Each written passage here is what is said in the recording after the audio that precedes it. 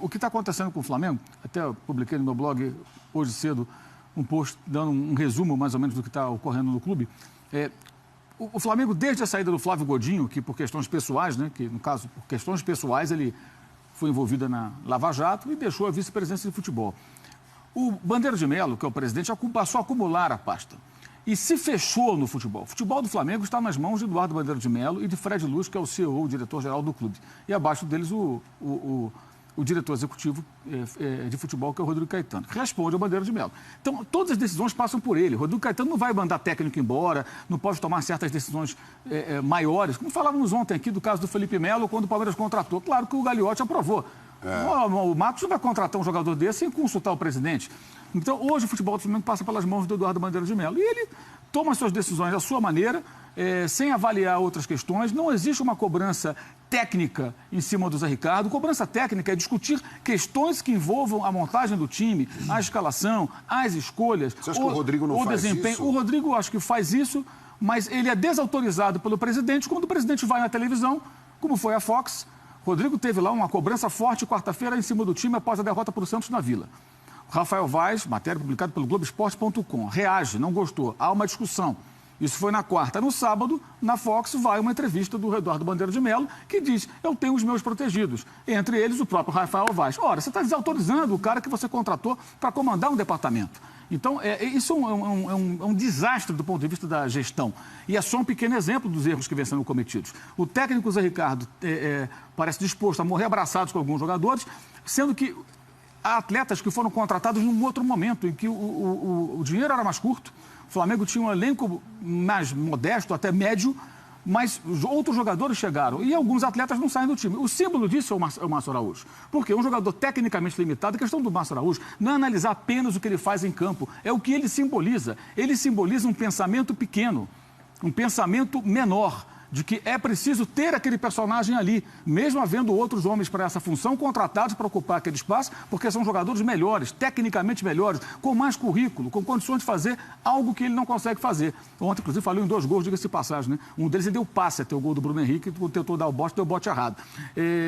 Então, o que está acontecendo hoje no Flamengo? Os vice-presidentes, amanhã, terão uma reunião com o Bandeira de Melo. Essa reunião já estava agendada. Quando a agendaram, evidentemente, ninguém imaginava que a discussão fosse tão quente com relação ao futebol. Há um enorme descontentamento por parte desses VPs, porque eles não são ouvidos e, ao mesmo tempo, tomam porrada na rede social. Porque vão lá até a sua conta, falar do Flamengo, na hora que o time vai mal, eles também apanham, e hoje, de fato, eles não têm nenhuma voz ativa. Tudo passa pela cabeça do presidente do clube. Ele está decidindo. Então, amanhã ele deve ser questionado, a tendência é que ele seja cobrado. Algumas pessoas falaram até em renúncia, mas não existe um bloco unido para renunciar coletivamente. Eu acho que se esses VPs estão realmente insatisfeitos, deveriam entregar seus cargos, porque se você participa de algo com o qual você não concorda, você está assinando embaixo. Se acha que o futebol do Flamengo está bem gerido e que o presidente deve continuar comandando da maneira que está comandando, praticamente sozinho, da maneira dele, sem nenhuma experiência para tal, sem nenhum conhecimento técnico para tal, nem como gestor de futebol, tampouco como entendedor do assunto, né? Então, renuncie, faça alguma coisa, ou faça com que ele reflita, com que ele ouça as pessoas, com que ele possa buscar ajuda de quem eventualmente possa ajudá-lo. Também não adianta buscar ajuda no lugar errado. Então, é uma crise muito grande e que gera uma outra situação para os jogadores. Ultimamente, pessoas do Flamengo têm dito, não, hoje o jogador quer jogar no Flamengo, porque o Flamengo paga em dia, tem um ótimo CT, agora arrumamos um estádio no Rio, não tem que ficar viajando, tem muita torcida, tem muita mídia, é legal jogar no Flamengo. Bem, é legal, sim. Só que alguns jogadores com currículo vencedor, caso do Guerreiro, que pode ganhar esse salário no Flamengo, ganha em outro clube. Ele pode ganhar isso aí em outro clube, até mais fora do Brasil. Ele é um jogador que tem mercado. Então, o que o Flamengo paga a ele, não significa que ele não possa conseguir algo parecido em outro lugar. Ele pode conseguir, sim. Pode conseguir, sim. E outros jogadores. Isso começa a inverter a mão.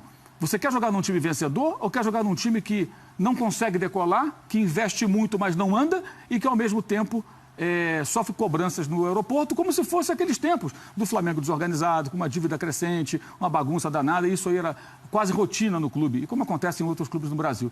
Então, a má gestão do futebol pode comprometer toda a reformulação que está sendo feita no clube desde 2012, 2013. Pensando como é que está a cabeça do Diego, né? Isso vale para o Diego, para o Everton Ribeiro. Lógico que eles também têm responsabilidade quando também erram em campo, porque o time também joga boas partidas, como fez ontem, um bom jogo contra o Santos, mas o time, ele não liquida o adversário, ele não mata. Ontem o Santos, até o Levi admitiu, não fez um bom jogo e venceu. O Flamengo tomou 7 gols do Santos em uma semana.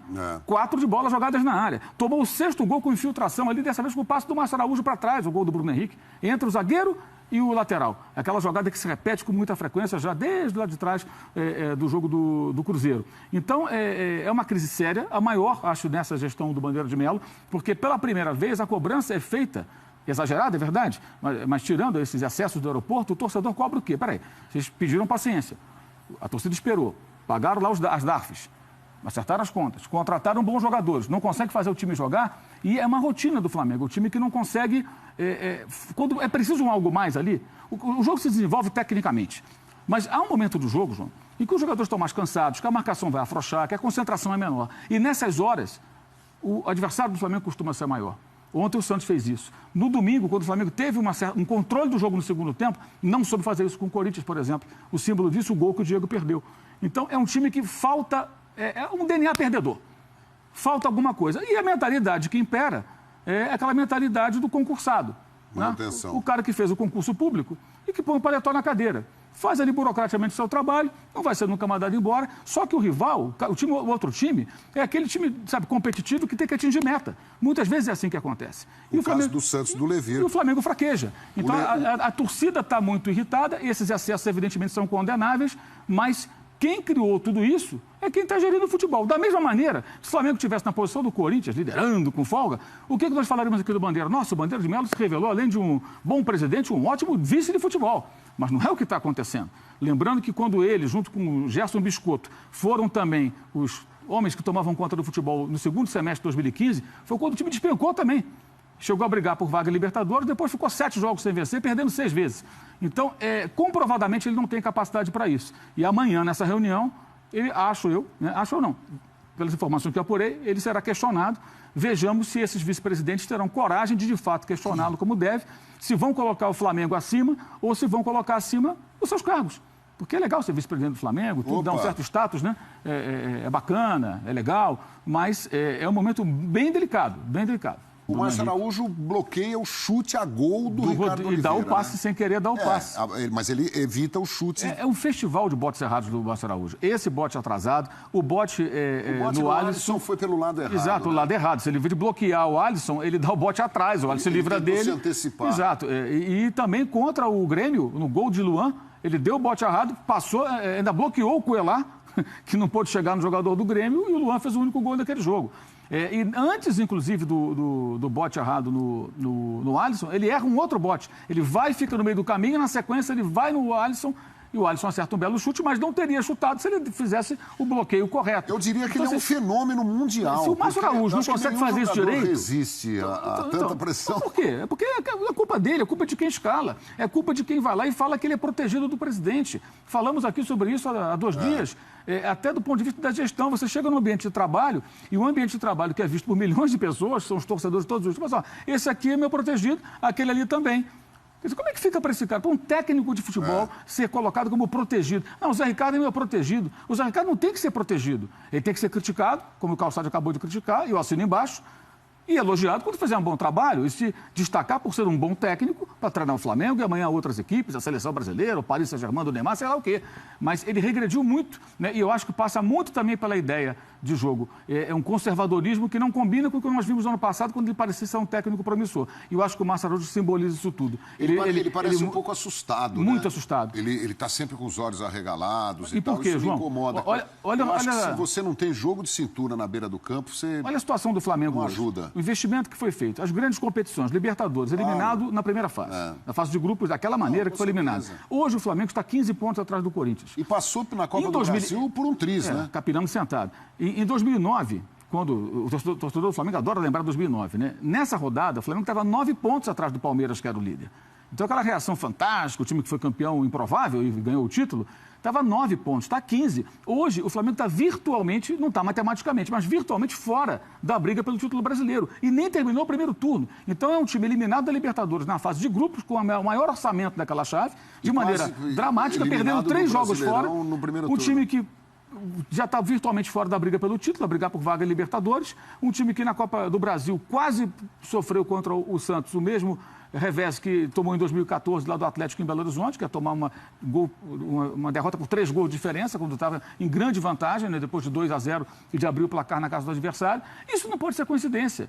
Isso não é só uma questão de... São as escolhas do Zé Ricardo, é gestão, eventualmente o comportamento de alguns jogadores, que eu acho que passa também um pouco por isso. É um conformismo muito grande, é a tolerância com a derrota, é perder e achar normal perder. É normal perder, mas não dá para aceitar perder passivamente, como acontece nesse Flamengo de Eduardo Bandeira de Melo.